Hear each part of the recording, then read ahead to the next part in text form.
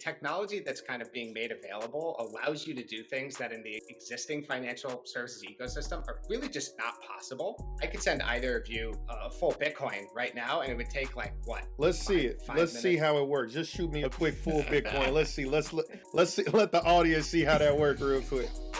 Stack my money up like Legos. Bet me when I say so. Pull up in the spotlight. Pull up in the drive. What's up, world? You guys are tuning in to another episode of Money, Music, Culture. Right now, I'm sitting here with my dog, my co-host, Brandon Copeland, and we got a very, very special guest, and that's my dog, Tim Maloney, who is a CIO, but I'm not going to really introduce him first. I'm going to let him introduce himself. Tim, thanks so much for joining us, bro. How you doing? Thanks for having me on. I am doing well. I guess if I had to introduce myself, I'd say I've come a long way since I first met Ross back in our Morgan Stanley days. Yeah, I'm Chief Investment Officer and co-founder at Roundhill Investments. We have a suite of ETFs focused on all kinds of cool stuff. The metaverse, I think, will be a key piece of this conversation. We also have a gaming one, sports betting. Really, our thing is creating products that we think appeal to a different audience than maybe our peers are looking to kind of serve, and then trying to reach them as best we can across Twitter, across social media, and some of these other channels that are also underused. So, but I'm happy to be here. Happy to get into anything about what I'm doing at Roundhill, or if we want to go down the crypto rabbit hole, that's always fun too. No, man, thanks so much. Hey, well, before that, I don't want to cut you off, but before that, I need some dirt on Ross, man. The world needs some dirt on Ross, man. Tell us about the Morgan Stanley days, man. What was he like, man? Did he come in all nerdy? Did he come in with the pants up to here and all that stuff? Tell me about Ross, man. Oh, man, I don't know if you're going to get what you want here. If I remember correctly, he was kind of like the social chair of our analyst class. He was the first one who was like, hey, guys, it's Monday, first day. Who wants to go to, what was that place? Johnny Utah's with the bull? I don't think he got on the bull, but he was definitely the one who got us there. So we're talking we're talking circa 2012.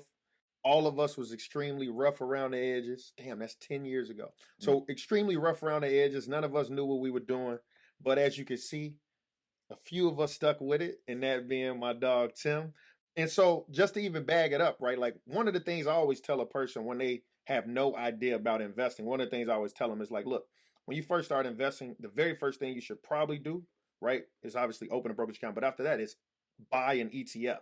So it's crazy that you are a CIO of a suite of ETF funds, but can you just even explain, one, what an ETF is and what are the benefits of it? Yeah, absolutely. So ETF stands for Exchange Traded Fund, and that's basically what it is. It's a fund, so a basket of securities, and in our case, always stocks.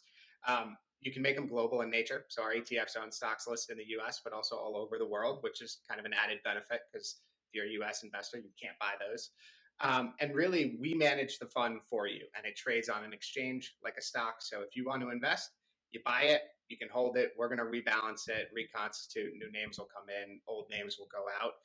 We really manage it, and we get paid a fee for doing that. It's not the 2 and 20 that the hedge fund guys are getting, but we do get compensated for it. But in my mind, it's a really good way, especially when you look at thematic ETFs, and especially when you look at people new to investing. It's a way to express a view on something you're passionate about and that you care about without having to do all the homework and figure out which companies are involved in that space. And that's really the use case that we're most excited about and that we cater to. When you talk about an ETF, and obviously, like you said, you're putting in the management time, you're rebalancing and reallocating the portfolio or the fund, right? Like for an investor that is interested in purchasing an ETF, what are some of the things you think they should be looking for when deciding between different ETFs within the same industries or same spaces? All right, real quick, man, if you're enjoying the show, make sure you follow and subscribe Money Music Culture on all platforms. Yeah, it's a great question. I think that, and this is how I do it when I'm looking at ETFs that aren't ours, it helps to look under the hood. So ETFs are very transparent. You can go in and check on our website every day what's in our holdings, like what's in the basket. So to me, you go, you look, and for any given theme, there's going to be a couple companies of, right? So if you look at sports betting, you're going to know DraftKings, you're going to know FanDuel, which is owned by Flutter, and you're going to want to see those. But once you look at that, find a couple names you don't know, do a little research on those. And if they look like they're involved in the theme and it looks like a well-constructed basket, then you're putting your faith a little bit in the managers, but it's better than doing the homework on all kind of 25 to 40 to 50, however many names there are. But that's the process I do. I just go look under the hood and say, what are these guys buying? Yeah, so you interestingly enough, you got a hat on, and that's nerd. Tell us about that ETF. Yeah, so this is our first fund. So this hat has some nostalgia value for me. The dollar sign, in case anyone's wondering, it's meant to speak to like on Twitter when you hashtag things. If I had a nickel for every time someone said "What's snurd," I'd probably be able to retire from Roundhill. So yeah, this hat. When we launched our first fund, we knew we were going to try to do things differently. One thing we tried to do was we made a ton of hats. I'm running low now, but we made a ton of hats, and we basically gave them out as merch because everyone remembers it. And I think, as a result, this hat has a special place in the history of Roundhill, but I also think just looks kind of cool. So figured it'd be appropriate today. The Nerd Fund is our first ETF. It's focused on esports and digital entertainment. So I think a lot of people hear that and they say, what's that? It's really kind of a portion of the gaming industry. It extends a little bit beyond gaming, strictly speaking, in some ways, but it's also not all gaming, right? So if you have a single player game and that's your core kind of title as a company, you're probably going to be less likely to be involved in or included in nerd than a company whose major properties are involved in esports or there's a big esports scene around them. That's epic. Man, you got you like you said, that's epic. You gotta, forgive me for my ignorance. I'm just I'm the guy that I'm always asking the dumb questions. I hit my head a lot, Tim, so I apologize. But I want to know. So obviously, CIO Roundhill Investments, right? And when you're talking about, so can you break down how you look at the different companies that you would potentially put in Nerd or any of your funds? It's a great question. And I think how we approach it, it's an important clarification. So when we look at, we use Nerd as the example, we're looking at companies not for whether they're, cheap on pick your, favorite metric valuation, right? Really what we're trying to do is saying how much is this stock going to be correlated to the growth of esports and digital entertainment or of sports betting and of the metaverse. We're not trying to pick the winners within a theme. We're trying to pick all the companies that are most exposed to a theme, and a company should have a higher weight if they're more exposed. It is a little different than what, say, Kathy Wood's doing at ARK, and I think they've had tremendous success doing something different. But we're not active stock pickers in the traditional sense. We are trying to get the best exposure to the theme by putting the right companies in there, and ultimately, we view it as it's the investors' bet on a theme, right? If we pick a sector that ends up not doing well or becomes too competitive or the companies just don't execute, like that's going to feed through into price, and we're going to not expect that to do so well over time. Yeah, makes sense. That's awesome, because that for me is like you said, your strategy is different than others' strategies, and I think that's something to really highlight there, because a lot of people think that or a lot of people assume that an ETF is trying to pick the quote unquote winners within a space. However, like you say, you're rising tide. I don't know what I'm gonna completely fuck up the terminology, but a rising tide raises all ships or something like that, right? So it's pretty dope to understand that there are different strategies for ETFs as well. And I guess, taking a step backwards, like, and backing up, again, I'm sorry, we not to talk about your Morgan Stanley days more, but how do we get here? Like, what I'm interested in is like obviously you both put in all that hustle, all that hard work in Morgan Stanley. You wanted to have, be MDs, right? Everybody wanted to be an MD at some point, right? How did you get here? Yeah, no, it's a great question. I think I really got to see the institutional investing world from both sides. So at Morgan Stanley, I was in sales. I covered hedge funds in what I like to say is the world's biggest casino, which is currency markets. That was a great experience for me. I learned probably a year or so in, maybe two. Said to myself, do I want to do this, or do I want to be on the other side of the phone? Do I want to be making the investment decisions? Because that was always what was interesting to me. Turns out the banks sometimes aren't as kind to their workforce as they'd like you to think. So there was a big round of layoffs in 2015. I got caught. I'm okay with that. It turned out really well for me in the long run. But I took a step back and said, I want to be in a trading or investing seat. How can I find that? Ended up moving out to Northern California, where I am now. Got a job trading investment grade bonds. So I think something something Ross knows a little bit about.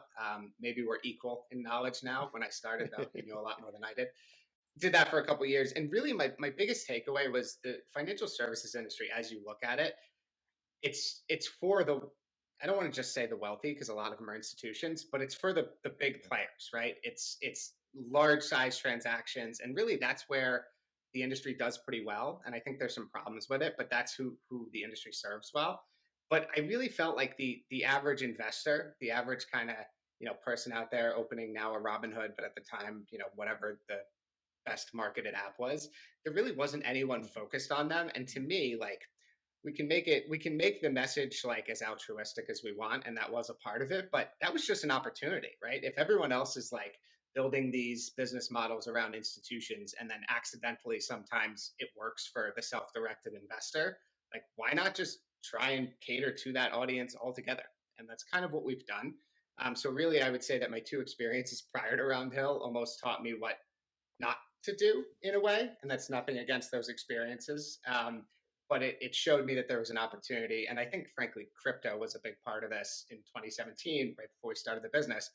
If you went on Twitter, you could see these really intelligent conversations being basically, guided by anonymous, PFP, who knows who these people are, but they were talking about the world of crypto and how it's changing the world and which investments to make. And I said to myself, there's interest in this. There's people out there who want to do their own homework, who don't want the Morgan Stanleys of the world telling them what to think. Why don't we try to tap into that with something that's a little bit more of a traditional wrapper and see if it can catch? And that's kind of how we got here. So a little bit of a roundabout story, but tried a couple things, didn't love it, and saw an opportunity. Oh, it's amazing how you got to where you're at. And, I'd be remiss if I wanted to congratulate you. You're crushing it right now. And to give you an idea where I'm at, right, I have a investment club, and one of the things I say to the people, in my investment club, in the Maconomics Club, is, when it comes to getting exposure to certain, one of the sites I use is ETF.com, where it's literally you just go on there and just say, I want to look at, artificial intelligence, self-driving, or electric vehicles. You just type it in, right? And one of the things I love to do is I, try to say, where's the world going to be in 5 years from now, even 3 years from now? And one of the biggest markets that everybody is looking at is the metaverse, right? And obviously, this is money, music, culture. And one of the things we think about is, okay, who controls the culture, right? It's, it's the musicians, right? And, it's the athletes. And one of the things we're seeing is that everybody's going to the metaverse. We got Snoop Dogg buying a lot of land. We got Jay-Z buying Bitcoin. We got, rappers now getting advances. We got Ariana Grande, Justin Bieber doing concerts, right? 2 Chainz doing concerts in the metaverse. And so one of the things that I saw was that when I looked and I saw that you were launching the first ever Metaverse ETF, I told everybody, I love this guy. We work together. I know him personally. I'm buying some of it. I think you guys should do the same. And I think one thing I want you to do is just even educate my community, or better yet, the money, music, culture community, on one, what's your view on the metaverse and where do you see it, in 5 years from now? Yeah, so the metaverse itself is notoriously hard to define. We actually work with a partner on this fund who manages the index for us. So that process I described, they're the ones. He has a team that manages it, and the reason for that is it's not a super easy to define concept at this point. The way we look at it from an investment point of view, though, is there aren't metaverse companies yet, right? There are some that are investing heavily in the metaverse, but as far as like a revenue line item, it's a little hard to find. So what we've tried to do with this fund is essentially break down the elements that will ultimately make up the metaverse once it kind of reaches that point. And we do so into 7 different buckets, and then say, okay, of the companies in these buckets, which ones are building towards that future and which ones are kind of not, and let's own the ones that are building towards that future. And I think it's an important distinction because like this theme in particular, metaverse it's probably on Meta Platform Inc.'s line financial statements now, but it's not really an item on most financial statements. But that doesn't mean that the elements that will make up the metaverse over time aren't being built and being invested very heavily into. And you really want to get there to those companies as they build it and develop the IP that will be valuable, or the technology that will be valuable. So at the highest level, if you want to go find like a metaverse company right now, you're actually getting a company that's very actively involved in some core element of what will be the metaverse. But the metaverse itself, it's hard to say it exists, right? There's a ton of elements that go into it. We'll get there. I'm very confident in that. I'm excited about it. But that's how we look at like this product in particular. And look, when you're early to a theme like this, you have to get a little creative in how you actually construct a product. And so as you're thinking about it, right, we're thinking, right, what will the metaverse look like? Because I see, as you say, you're building out effectively the components that will build out the metaverse, right? And that might be whether it's semiconductors or people actually developing games. Like, what will the metaverse look like in 5 years from now?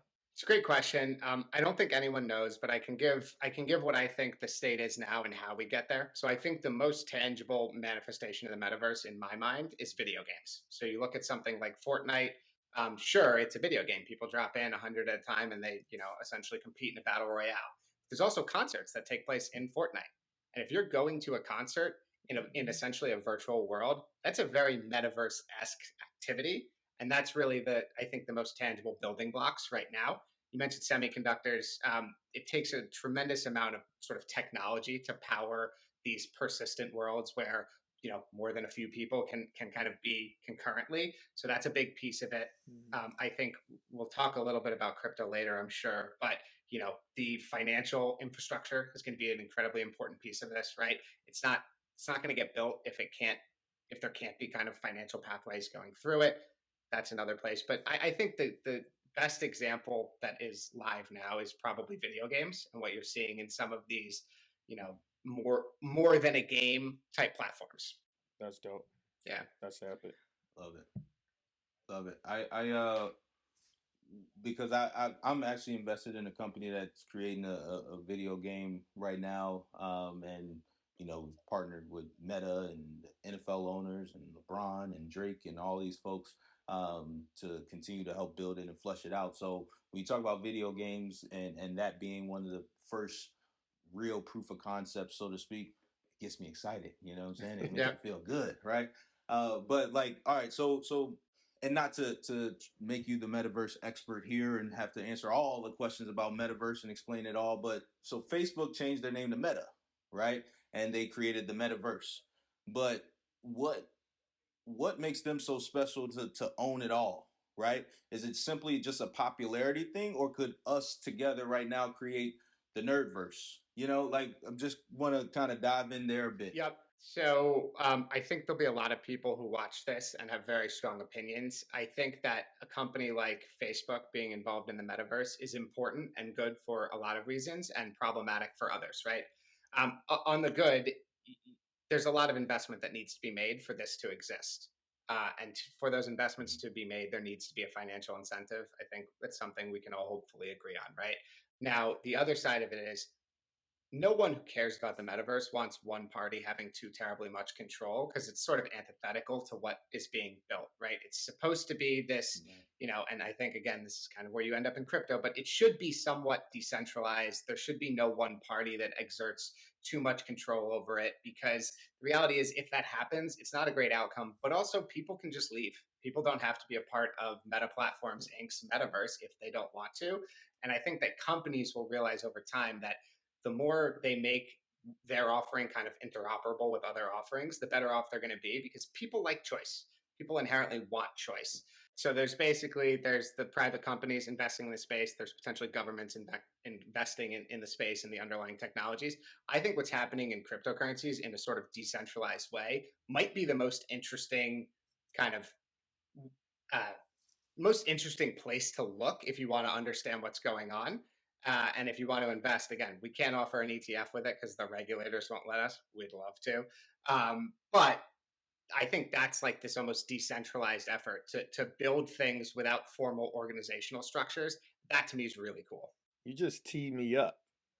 It sounds like you wanted to do a actual crypto ETF. So one, I want to give a shout out to Brandon Copeland's brother, Chad. He actually is doing the first ever accredited crypto. He's like a crypto expert. He literally is doing the first ever accredited high school course on cryptocurrency. So he's like dope as hell at that. But going back to you teeing it up, it sounds as though you want to have a crypto ETF. And if that's the case, what would the top 5 holdings be? Oh, okay. So if it's a crypto ETF and not just a metaverse crypto ETF, I think you Pure have to have, crypto. yeah, I think you have to have Bitcoin. I think you have to have Ethereum. I think next up, I'm a big Solana guy. So, full disclosure, that's where a lot of my investments are. I think Avalanche is another interesting one. And from there, there's a ton of choices. You could certainly, I think the way you would do it, you'd have Bitcoin, you'd have ETH, and then you'd have a bunch of stuff that's on ETH that you think is an interesting component of what you're trying to build. So some of that's going to be ERC20 tokens, so kind of layer twos. Some of it's going to be maybe NFTs. Maybe there's some, allocation to NFTs, which creates a whole bunch of other potentially challenges. And then I think you want to look at, I think the industry would call them like ETH challengers, right? So better ways of doing a smart computer, whereas Bitcoin's kind of good at one thing. ETH tries to be really good at a lot of things. I think there will be kind of ongoing advancements in that space, and you'll want exposure to at least some of the challengers that have some proof of concept into the market. So those would be some of the names I'd think about. For the metaverse, honestly, it probably looks pretty similar.